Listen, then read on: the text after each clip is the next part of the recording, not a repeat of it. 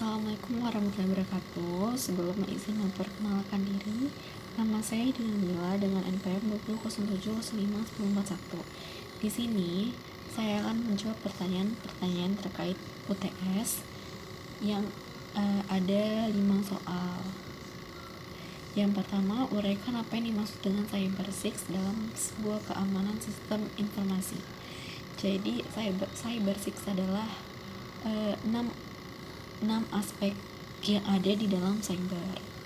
Yang pertama ada cyberspace, cyber threats, cyber attack, cyber security, cyber law, dan juga cyber crime. Yang pertama cyberspace. Cyberspace adalah sebuah ruang yang ada di dunia maya yang di dalamnya dapat dengan mudah ditemukan teks-teks terbuka. Jadi apa yang disembunyikan dan dirahasiakan di dalam ruang-ruang sosial yang nyata, bukan yang maya. Nah, di dalam cyberspace ini semuanya terbuka, semuanya diekspos dan ditelanjangi gitu. Dan di dalam cyberspace ini juga melalui dunia maya beraneka ragam peralatan teknologi informasi dan komunikasi, para individu maupun kelompok-kelompok masyarakat saling berinteraksi, bertukar pikiran, dan berkolaborasi untuk melakukan sejumlah aktivitas kehidupan. Kemudian ada cyber threats. Jadi cyber threats ini dilakukan oleh orang-orang yang tidak bertanggung jawab dengan memanfaatkan celah teknologi untuk kepentingan pribadi yang merugikan orang lain. Gitu.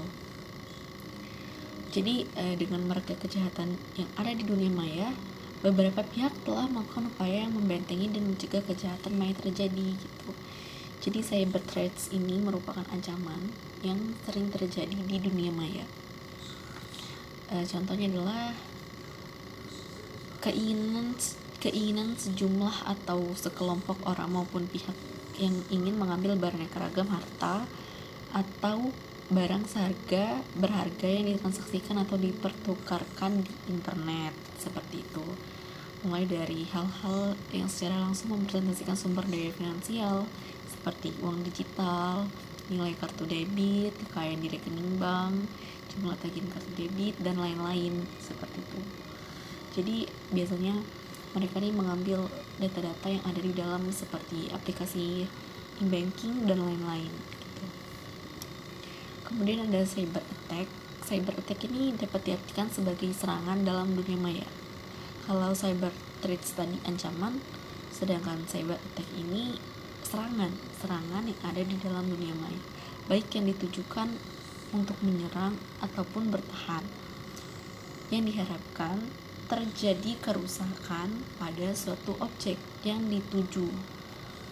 Seperti itu. Jadi patut dibedakan antara pengertian ancaman dan juga serangan, di mana sebuah peristiwa baru dapat dikatakan sebuah serangan apabila pelaku kejahatan berhasil mengeksploitasi kelemahan-kelemahan sistem teknologi seperti itu, sehingga ancaman-ancaman yang ditakutkan telah benar-benar terjadi.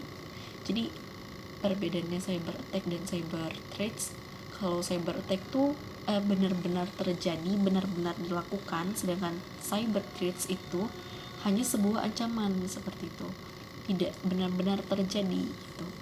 Sedangkan cyber attack itu ancaman yang sudah terjadi, ancaman yang pasti terjadi, seperti itu.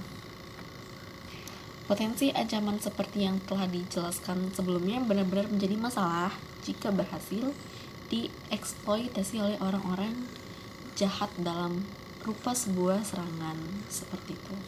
Contohnya adalah komputer dan internet dipergunakan sebagai alat medium untuk menyebarkan aliran-aliran sesat.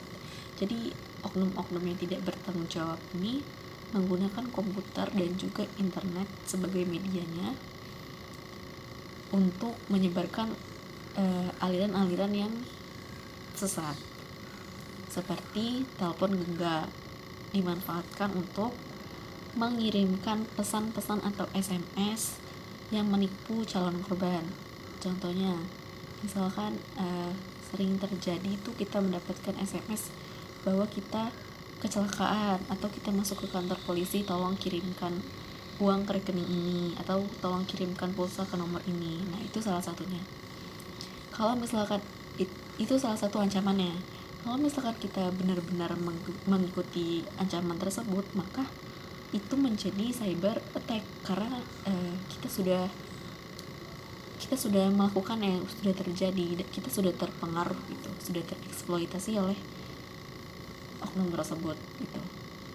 Kemudian ada electronic mail, dipakai sebagai sarana untuk mengirimkan gambar-gambar atau video bernuansa pornografi dan lain sebagainya. Kemudian yang ketiga ada cyber security, adalah keamanan cyber. Kadang-kadang disebut keamanan teknologi. Jadi cyber security ini mengacu pada sistem dan proses yang diperlukan untuk melindungi komputer, jaringan, dan perangkat seluler dari serangan cyber berbahaya. Kalau di HP kita punya antivirus ya. Nah, jadi ini kurang lebih seperti itu, sama-sama untuk mengamankan sesuatu yang tidak baik untuk perangkat atau komputer kita. Secara prinsip ada 3 cara utama untuk memproteksi perangkat kita atau jaringan, sistem, lain-lain. Cara pertama adalah memproteksi infrastruktur tempat mengalirnya data dan informasi dalam proses transmisi. Jadi artinya adalah bahwa semua infrastruktur baik yang melalui darat seperti fiber optik, laut seperti kabel bawah laut, dan utara seperti satelit, secara fisik maupun operasional harus dilindungi dan diproteksi dari beraneka ragam potensi gangguan yang mungkin akan timbul gitu. Cara kedua adalah memproteksi data, informasi atau konten yang ada atau mengalir dalam sebuah sistem komunikasi dan teknologi informasi. Seperti kita mensandikan atau kriptografi informasi merupakan salah satu cara umum gitu kan, yang ampuh untuk dilaksanakan oleh para stakeholder teknologi informasi. Kemudian yang ketiga adalah melakukan proteksi media dan perangkat lunak komunikasi seperti email, chatting, browsing, blogging, dan lain sebagainya. Kemudian yang kelima ada cybercrime. Cybercrime adalah berbagai macam akses ilegal terhadap suatu transmisi data. Dengan kata lain, kejahatan cyber merupakan aktivitas yang tidak sah pada suatu komputer atau masuk dalam kategori tindak kejahatan di dunia maya. Sasaran kejahatan cyber ini adalah komputer yang terhubung ke jaringan internet. Jadi cybercrime ini dapat dilakukan apabila perangkat atau komputer kita terhubung ke jaringan internet. Kemudian ada cyber law. Yang terakhir, jadi cyber law ini adalah aspek hukum yang ruang lingkupnya meliputi setiap aspek yang berhubungan dengan orang perorangan atau subjek hukum yang menggunakan dan memanfaatkan teknologi internet, dimulai pada saat mulai online dan memasuki dunia cyber atau maya. Jadi pada akhirnya cyber security tidak semata tidak dapat mencegah terjadinya motif kriminal di dunia maya. Jadi perlu perangkat lain yang lebih canggih dan efektif. Jadi maka dari itulah disusunlah undang-undang dunia maya, yaitu dengan kata lain cyber law. Kemudian soal kedua, contoh perbuatan yang dianggap melanggar undang-undang ITE di Republik Indonesia.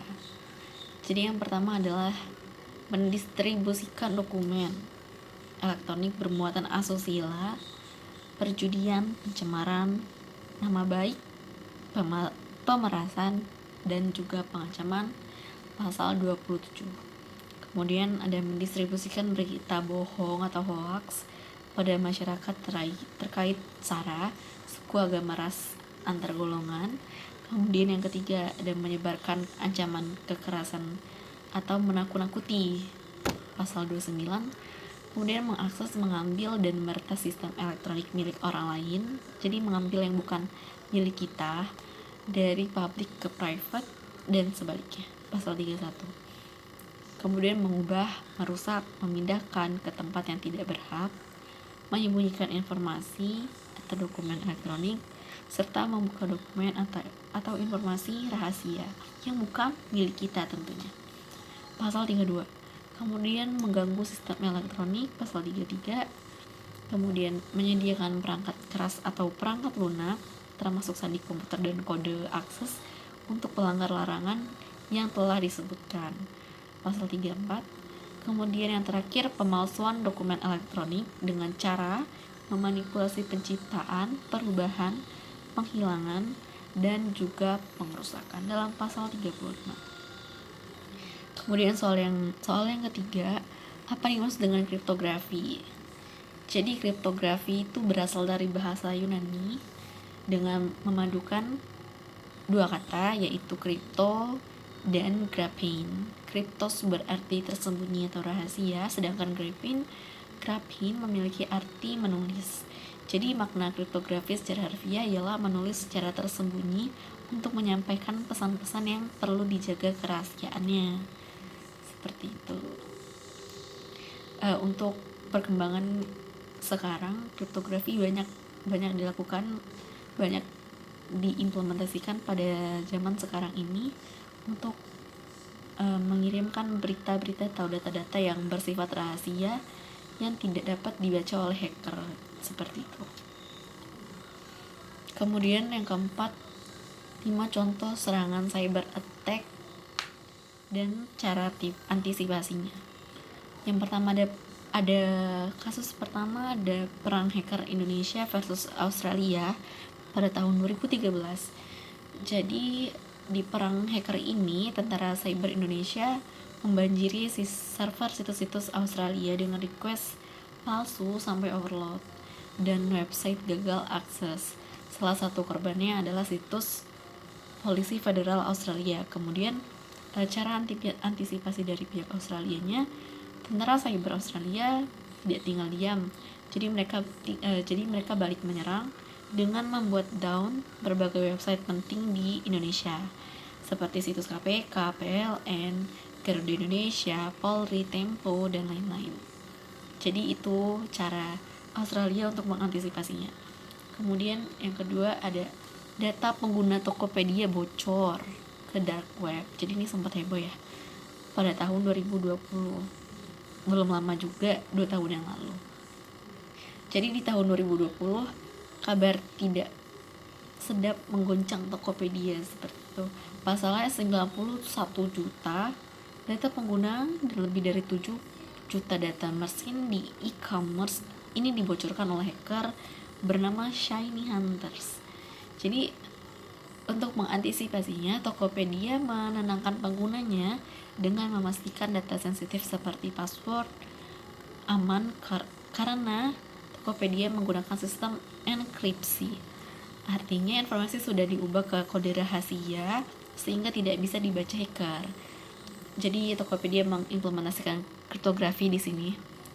Jadi untuk mencegah hal ini terjadi kembali, Tokopedia pun segera menginvestigasi kasus dan menyarankan penggunanya segera mengganti password secara berkala. Kemudian yang keempat ada